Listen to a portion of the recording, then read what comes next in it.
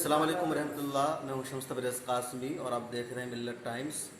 Bharat corona virus से दो चार है, पूरी दुनिया उससे मुतासिर है, लेकिन भारत की खुसूसियत यह है कि यहाँ सब काम बंद हो जाता है, इलेक्शन अपने टाइम पर हो जाता है या फिर इलेक्शन की जो सरगर्मियाँ हैं वो ज़रूर शुरू हो जाती है। और यही वजह है कि भारत में कोरोना का केस बढ़ता जा रहा है। लेकिन बिहार का इलेक्शन है तो इसके अब ऐसा बन गया है कि गोया कोरोना नहीं है। इलेक्शन की तैयारी बिहार में शुरू हो चुकी है और भारत के वज़ीर दाखिला अपनी पहली रैली कर चुके हैं, वर्चुअल रैली, जो दरअसल इलेक्शन की एक रैली थी, इलेक्शन का आगाज़ था, इलेक्शन की तैयारी थी। और अब धीरे धीरे सभी पार्टियां इलेक्शन के मूड में आ चुकी है। हम इस वक्त बिहार के सीतामढ़ी ज़िला में हैं, जो पटना से तकरीबन 150 किलोमीटर के फासले पर है। यहाँ एक विधानसभा है सुरसन और वहाँ के एमएलए हैं जनाब अबू दुजाना साहब। उनसे हम बातचीत करेंगे, जानेंगे कि पटना से 150 किलोमीटर का दूर जो बिहार है वो कैसा है, वहाँ की सियासत कैसी है, वहाँ विकास कितना हुआ है, एमएलए साहब अपने विधानसभा में अपने क्षेत्र में कितना रहते हैं और पटना में कितना कितना टाइम देते हैं। तो इन सारे इशूज़ पर हम बातचीत करेंगे और हमारे चुनाव यात्रा का ये पहला एपिसोड है। हम आपको मुख्तलिफ नेताओं से, रहनुमाओं से मिलाते रहेंगे। अबू दुजाना साहब, मिलत टाइम्स में खैर मकदम है आपका। जी शुक्रिया मिलत टाइम्स का। सबसे पहले हम यही जानना चाहेंगे कि पटना में आपका ज़्यादातर रहना सहना होता है, आप यहाँ सुरसन से आप एमएलए हैं, तो अपने विधानसभा के लोगों को अपने विधानसभा में आप कितना टाइम देते हैं? Nothing for do your voice your comment and your believe. I am live in the Sursand the 15 days in the Sursand Vidhansabha and 15 days to Patna. That is the living to the Patna. मैं पटना में रहता हूँ 15 दिन, तो 15 दिन में पटना में रह के सारे डिपार्टमेंट का जो भी हमारे क्षेत्र का जो डेवलपमेंट का काम है, जैसे आरयू रोड है, ब्रेडा है, बहुत से lot of the work of the development का, हॉस्पिटलिटी है, जितनी फंड्स को अरेंज करना, मैं द अपोजिशन में मैं हूँ और अपोजिशन वालों को तो बहुत ही परेशानी होती है। जो सरकार में है, एनडीए की सरकार है, मैं यूपीए से है, महागठबंधन से, और खासकर आरजेडी के एमएलए हैं, तो आप जानते हैं कि कितना तासुब रहता है। तो उसमें मैं 15 दिन रह के मैं फाइट करके जो भी योजनाएं लाता हूँ यहाँ पे और उस योजनाओं को इम्प्लीमेंट करना है। नाउ अभी 5 साल होने जा रहा है हमारा पीरियड। हमने उस 5 साल में day of the start session से विन करने के बाद हम एवरी डेज सारे डिपार्टमेंट का चक्कर मारते गए। हमारे घर में लेटर्स और उनके यहाँ भेजते हुए पूरी अलमीरा फुल हो गई। लेकिन सरकार पे इतना ज़्यादा हमने भी एक डिसाइड किया कि हम एवरी डेज फाइट करेंगे अपने यहाँ। तो अल्लाह का शुक्र है कि हमने लड़ाई लड़ते हुए भी हमने जो ग्रामीण विकास में करीब करीब 750 करोड़ का हमने यहाँ पर फंड लाया, जिसमें करीब करीब 400 के करीब करीब रोड्स हैं, जिसके मैं पुल रोड्स और ये जो रोड आज तक कितने एमएलए आए, कितने एमपी आए, हमको पता नहीं चला कि लोग अवेयर थे कि नहीं थे रोड्स के मामले में, इलेक्ट्रिसिटी के मामले में। तो उन लोगों का अवेयरनेस हमको ये समझ में आया कि आफ्टर द इंडिपेंडेंट कि किस तरह पंचायत के और गांव की रोड्स थी उसको बेगा आज भी है। आई एम नॉट सेटिस्फाइड, आज भी मैं पूरी संतुष्ट नहीं हूँ। जो गवर्नमेंट का जो हाल है, लचर पचर है, उस चीज़ को हम लोगों ने देख रहे हैं। और जो लोग जो भी जीत के गए हैं, कैसे लोग गए हैं, क्या बैकग्राउंड था, आई उस पर मैं कोई कंट्रोवर्सी नहीं करता हूँ। क्या उनके अंदर मेरिट थी, क्या मेरिट था। मैंने तो विधानसभा में हम देखा है यहाँ तक कि आज़ादी के बाद जब से विधानसभा में जो भी यहाँ पर के एमएलए हुए हैं, हमारे विधानसभा का जो भी एक भी questions in favour of the constituency नहीं आया विधानसभा में। जो सरकार को, गवर्नमेंट को आप अवेयर नहीं करोगे, बताओगे नहीं, तो वो आपकी काम कैसे करेगा। आप पेशेंट हो, डॉक्टर के पास बीमारी बताओगे तब नहीं डॉक्टर डायग्नोज करेगा और दवा देगा। तो यहाँ तो हमारे जो भी जनप्रतिनिधि रहे हैं विधानसभा में क्वेश्चन उठा ही नहीं। अच्छा, आपको जो विधानसभा है आपने काम कराने का दावा किया, तो क्या आपको लगता है कि आपका काम इतना हुआ है कि जो जनता है वो आपको आपके काम की बुनियाद पर वोट करेगी, पार्टी का कोई मसला नहीं रहेगा? नहीं, party is the factor. Party है तब हम हैं, पार्टी है तब हम हैं। आप भी जान रहे हैं कि इंडिया में, पूरे भारत में, बल्कि 100 साल के बाद इस तरह का लीडर होता है जो लालू प्रसाद, जो हमारे राष्ट्रीय अध्यक्ष हैं लालू प्रसाद यादव, 100 साल के बाद भी शायद ही उससे दूसरा लालू प्रसाद पैदा हो। जब और सबसे बड़ा प्रॉब्लम आज जो परेशानियां देख रहे हैं, यही वजह है कि आज जो सारे जो इंडिया के जो भी एनडीए के लोग हैं, जो भी एलाइज, जो हमारे जो अपोजिट जिसको कहते हैं कि जो एकदम रिवेंज लिए हुए हैं कि आरजेडी के राष्ट्रीय अध्यक्ष आरजेडी को फिनिश कर देंगे, तो इनके चाहने से आज आरजेडी फिनिश नहीं होगी, लालू प्रसाद फिनिश नहीं होंगे। फिनिश करने वाला ऊपर वाला है, जो ऊपर वाला चाहेगा वो करेगा। फिनिश होंगे एनडीए वाले, जो चाह के भी, इसलिए कि वो डर रहे हैं कि पूरे हिंदुस्तान में सेकुलर फोर्सेस को एक ही लीडर है, वो राष्ट्रीय अध्यक्ष लालू प्रसाद यादव है, जो सारे पार्टियों को यूनाइट कर करके और एनडीए को उखाड़ फेंकेगा। इसीलिए उसका पनिशमेंट आज हमारे राष्ट्रीय अध्यक्ष लालू जी को मिल रहा है। अच्छा, इलेक्शन करीब है और इलेक्शन की वजह से जो आरजेडी के लोग हैं वो सब जेडीयू में जा रहे हैं। अभी 5 आपके एमएलसी चले गए। रघुवंश प्रसाद जो आपके सीनियर लीडर थे, नायब सदर थे, वो पार्टी छोड़ चुके, इस्तीफा दे चुके हैं। तो क्या ऐसा लग चुका है और आपके लोगों को भी मालूम हो चुका है कि जो अगली सरकार बनेगी वो नीतीश कुमार की और एनडीए की बनेगी? सबसे बड़ी चीज़ है कि जो एमएलसी हमारे एमएलसी तो आप वोट देते हैं, वो तो अनुकंपा पे आते हैं। और ये हम लोग ये जानते हैं कि ये इन लोग का आज जो एमएलसी आते हैं, जो इस टाइप के, उनकी कोई एथिक्स नहीं है। आज हमारे साथ कल नीतीश के यहाँ गए तो नीतीश को भी उनको बेनिफिट नहीं होगा, तो नीतीश के साथ ही बनते हैं। ये लोग मौका परस्त है, देख रहे हैं कि जो सरकार में है, सरकारी दाद बनने के लिए गए हैं भाग के, तो वो जनता के लिए नहीं, अपना पेट भरने के लिए वो लोग भागे। ये देख रहे हैं कि अपोजिशन में एमएलसी हमको कुछ नहीं मिल रहा है, तो पैसा कमाने वाले जिनको लालच है ऐसे लोग भागे हैं। आज जिनको जनता का सेवा करना है वो लोग हैं स्टैग्नेंट है। और जहां तक हमारे लीडर है वो सबको एकजुट नहीं रख सके, संभाल नहीं सके, नाराज होकर चले गए। सारे एमएलए जो प्रसाद जी के रघुवंश जी हमारे देखिए सबसे सीनियर लीडर हैं और इतने अच्छे लीडर हैं कि आप सारी देश जानती है। और बहुत बड़े लीडर हैं आपके लालू प्रसाद जी के, हमारे राष्ट्रीय अध्यक्ष जी के साथ में काफी बुजुर्ग हो गए और ज़यीफ हो जाने के बाद कितना काम करेंगे। भारत सरकार में मंत्री रहे, ये रहे, बिहार में अपने राज्य में 34,000 किलोमीटर रोड लाया, आज ये ग्रामीण रोड को ग्रामीण कार्य से मंत्री थे, और उस वक्त 34,000 किलोमीटर रोड बन गई तो सरकार हमारी चली गई बिहार में, तो फीता काटे तो विकास पुरुष हो गए।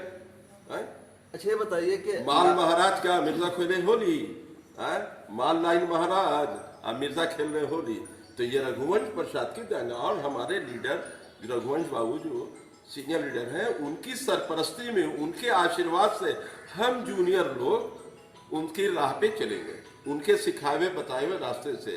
अब उन्होंने कहा है कि हम थोड़ा आराम कर लें, तो आराम हम लोग करने, लेकिन आराम करने नहीं देंगे रघुवंश बाबू को।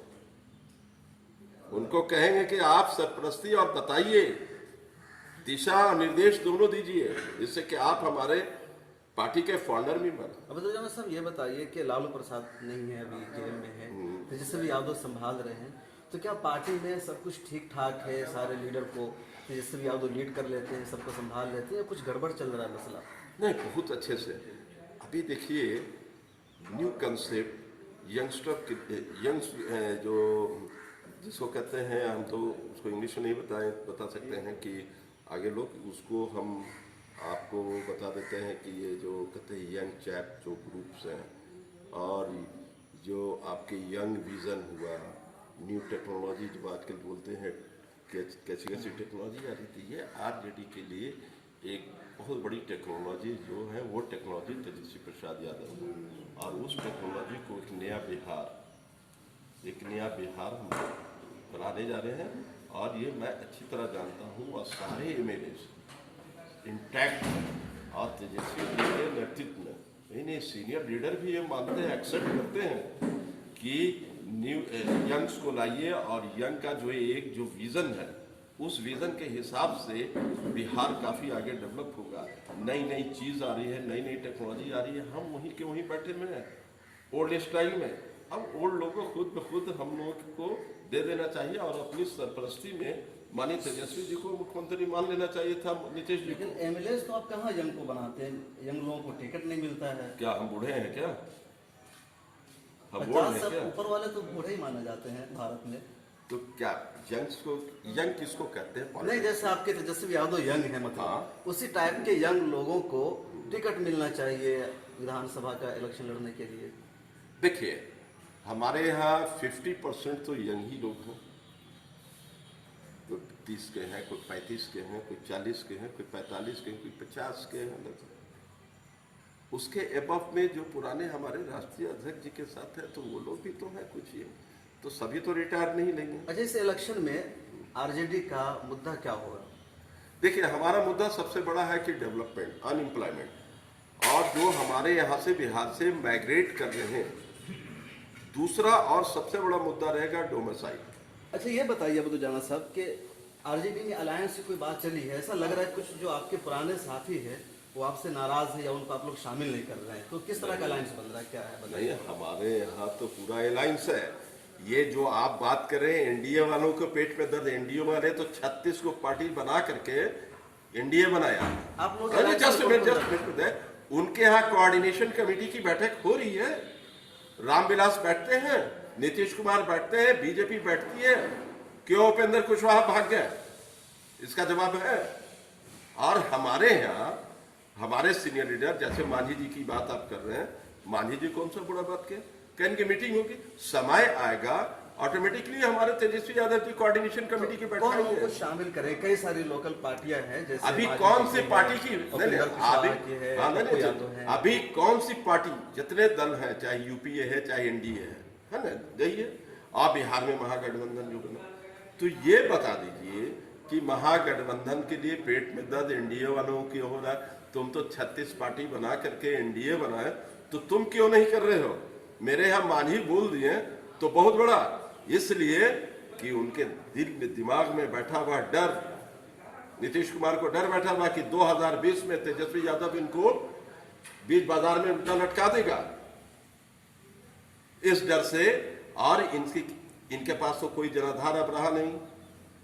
अच्छा, बिहार में जो कास्ट है वो वोट का एक बड़ा बैकग्राउंड बनता है, सबब बनता है।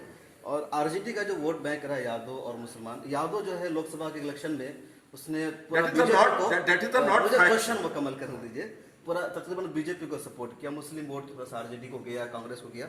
जो अभी का जो इलेक्शन है इसमें मुस्लिम वोट भी तकरीबन आरजेडी से हट रहा है, और मुस्लिम वोट की दावेदार एक पार्टी हैदराबाद से आ रही है, ऑल इंडिया मजलिस इत्तेहादुल मुस्लिमीन। उन्होंने ऐलान किया कि हम पूरे बिहार में अपने उम्मीदवार उतारेंगे, या कम से कम कुछ खास जगहों पर तो उतारेंगे ही। तो क्या नहीं लगता है कि इस मरतबा आरजेडी को बहुत मुश्किल होगी उनके लिए लड़ाई, उनके लिए मुकाबला करना, क्योंकि उनका वोट बैंक सारा खिसक गया है? सबसे बड़ी चीज ये प्लांटेड एनडीए वाले लोग इस तरह का प्लांटेड मीडिया से बुलवा के कि इसको हाइप किया जाए कि मुस्लिम बहुत ही समझदार होता है, उसको मालूम है कि हमको किसके साथ रहना, चाहे ओवैसी आ जाए चाहे जोयाना आ जाए, उसको मालूम है कि हमको कौन सी पार्टी को देना, किसको सरकार। क्या ओवैसी गवर्नमेंट बना लेंगे, मुसलमान दे देंगे? तो पहले बताइए, क्या गवर्नमेंट में करें? यहाँ तो मामला है 2020 का, और आपने ट्विस्ट कर दिया क्वेश्चंस को। जो क्वेश्चन मुद्दा आपने पहला स्टेप उठाया, caste factor, that is nothing the caste factor. बताइए, आरजेडी कास्ट फैक्टर की बात होती तो क्या हमारे यहाँ मनोज झा, क्या हमारे यहाँ क्या नाम उनका अभी, एडी सिंह, ये तो सब पार्टी में नहीं भाई, ये आपने एक पैटर्न बना दिया, एक परफेक्शंस बना दिया कि आरजेडी मुसलमान आजाद। अरे पूरे समूह का, क्या जगदीश शर्मा कहाँ का प्रोडक्ट है? क्या नीतीश कुमार कहाँ का प्रोडक्ट था? क्या आपके सुशील मोदी किसका प्रोडक्ट था? नहीं, आरजेडी नहीं, बताइए। इसी आरजेडी का, इसी लालू यादव का प्रोडक्ट था सुशील मोदी भी, नीतीश कुमार, रामविलास, चाहे जॉर्ज फर्नांडिस, चाहे शरद यादव। नहीं, वो सब एक जगह लोग हैं, एक जनता मूवमेंट बना था उसी के। अच्छा, नहीं, आपको लगता है कि नहीं कि एमआईएम के आने के बाद वोट होगा? तो अगर आप मांझी को अलायंस में शामिल आप लोग बातचीत कर रहे हैं, तो क्या एमआईएम को अलायंस में शामिल करेंगे आप लोग बिहार में? वो तो अमित शाह अलायंस करेंगे उनके साथ। नहीं, आरजेडी क्यों नहीं करेगी या क्या? वो अमित शाह करेंगे, अमित शाह करेंगे, अमित शाह के उनको अलायंस करेंगे। आरजेडी क्यों नहीं करेगी उनके साथ अलायंस? सबसे बड़ी चीज है कि उनके एक्सेंट्स और डायलॉग्स को चेंज करना पड़ेगा। अमित शाह के डायलॉग से हमारे हिंदुस्तान के मुसलमान बहुत ही सेकुलर हैं, और ओवैसी साहब का जो डायलॉग्स है, उनके ब्रदर का जो डायलॉग्स है, उस डायलॉग ओवैसी साहब की बात करो। हाँ नहीं, ओवैसी साहब भी वो डायलॉग्स पूरे हिंदुस्तान में पर्टिकुलर किसी एक जात और धर्म को लेके नहीं चला जाता है। पार्टी बनाते हैं, पार्टी का काम है ये तो वो तो कहते हैं हमारी पार्टी में ओबीसी है, दलित है, सब है, सबको लेकर के चलते हैं। उन लोगों का नारा है जय भीम जय भीम। आपका डायलॉग्स क्या है? आपके डायलॉग्स क्या है? आप इतने बड़े बैरिस्टर हैं, सारी चीज हैं, आप डायलॉग्स क्या दे रहे हैं? आप पार्टी बना है तो सारी जमात के डायलॉग्स को आप बोलिए, जिस पे जुल्म हो रहा है उस पे बोलिए। हमारे दल गरीब गुरबा तो दबे कुछ बात नहीं करते हैं। आप एक भी डायलॉग्स देते, दलितों की बात करते हैं। कन्हैया कुमार मैं उस पार्टी के बारे में हम डिस्कशन ही नहीं करना सकते हैं जिसका बिहार में नहीं है अभी। नहीं, बिहार में एक सीट उनकी हो गई है, एक सीट आ गई और है। किशनगंज में भी उनके उम्मीदवार से 3 लाख ज्यादा वोट उन्होंने हासिल किया था। कई जगहों पर भी उनके हर जगह बंद रहे। तो ये कह रहा हूँ कि अलायंस में और लोगों को जगह मिल रही, तो आप लोग किस वजह से उनको शामिल नहीं करना चाहते हैं, या कुछ बातचीत इस पे चल रही है, नहीं चल रही? क्योंकि वोट फिर तकसीम होगा और MIM जो वोट काटेगी वो आरजेडी का वोट लेगी। देखिए, आई विल नॉट, जिसको कहते हैं कि मैं इस पे कमेंट्स नहीं करूँगा, इस पे कोई कमेंट्स नहीं करूँगा। बाकी आप फर्दर पूछिए। अच्छा, एक आखिरी सवाल के आप एक मरतबा MLA रहे, 5 साल आपका टर्म पूरा हो गया, आपने काम भी कराया, दूसरी मरतबा फिर आप इलेक्शन लड़ने जा रहे हैं, तो सीतामढ़ी को आप कौन सा ऐसा तोहफा देना चाहेंगे जो पूरे बिहार के लिए एक यादगार होगा? देखिए, मेरा 2-3 चीज बहुत बड़ा एक ड्रीम था अपने कंस्टिट्यूएंसी के लिए। सबसे बड़ा चीज है, आपको एक चीज बहुत बड़ी बताया, मेरे पास करीब करीब 150 से 200 लेटर्स होंगे डिग्री कॉलेज एजुकेशन डिपार्टमेंट को अपने कुपरी प्रखंड में, अनुमंडल में एक भी डिग्री कॉलेज नहीं है। ये आपने कभी इस पे हाइप किया अपने किसी न्यूज चैनल? मैंने गवर्नमेंट को कहते रह गया। उसके बाद हमने बेड़ा उठाया, एक ड्रीम था मेडिकल कॉलेज, उसकी ज़मीन हम लोगों ने दिया यहाँ पर 30 एकड़, सारी चीज़ें। तो यहाँ पर ये हुआ कि यहाँ तो आरजेडी का विधायक है भाई, उसको बेनिफिट हो जाएगा। सारे लोगों में जो थे, जो मानसिकता है, उठा के लोग दे गया, कहाँ गया पता नहीं। दूसरा 72 बेड्स का हॉस्पिटल बना हुआ, आते के साथ मैंने लड़ाई लड़ी, उसके कॉन्ट्रैक्टर्स आए भी हमारे पास, जजमेंट कल फिर देके गया। गवर्नमेंट ने उसको पैसा नहीं दे रही है, वो पोजीशन नहीं दे रहा है, कोर्ट में केस किया। तो ये प्रॉब्लम जानबूझ के गवर्नमेंट का ये मंशा ही नहीं है, सिर्फ जनता को बेवकूफ़ बनाना, जनता को 10 रुपया दे देना, जनता के पॉकेट का दे दे इसको फॉर द टाइम बिंग। क्या आज 1000 रुपया दे देने से जनता की जिंदगी गुजर हो जाएगी? तो ये गवर्नमेंट इन द होल पूरी फेल्योर है। मेरा 2-3 है कि कमिंग में 2-3 काम गवर्नमेंट आ गई तो सबसे पहले हम लोग बेरोजगारी दूर करेंगे। बेरोजगारी में एक तो डोमिसाइल है, दूसरा industries, small scale industries, single window industries, फिर एजुकेशन। ये 3 चीज़ हम दे देते हैं यहाँ पर, तो फिर हमको लगता है कि किसी के लिए हाथ फैलाने की जरूरत नहीं है। अब लोग को कितना % भरोसा है कि सरकार बनेगी? 100% है, 100%। तो आप थे अबू दुजाना साहब, सीतामढ़ी के सुरसन विधानसभा से मिले हैं, आरजेडी के लीडर हैं और ख़ासतौर से तेजस्वी यादव के बहुत करीबी लोगों में माने जाते हैं। बहुत तफसीली बातचीत हुई, हर सवाल का खुलकर इन्होंने जवाब दिया, अपनी राय रखी, तल्ख सवालात हुए, जवाबात हुए।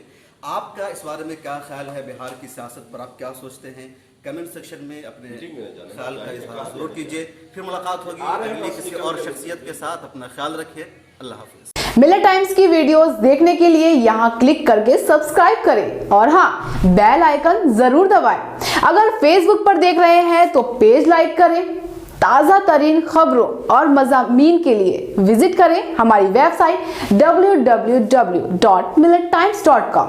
हमारी ये वेबसाइट उर्दू, हिंदी, इंग्लिश तीनों लैंग्वेज में मौजूद है।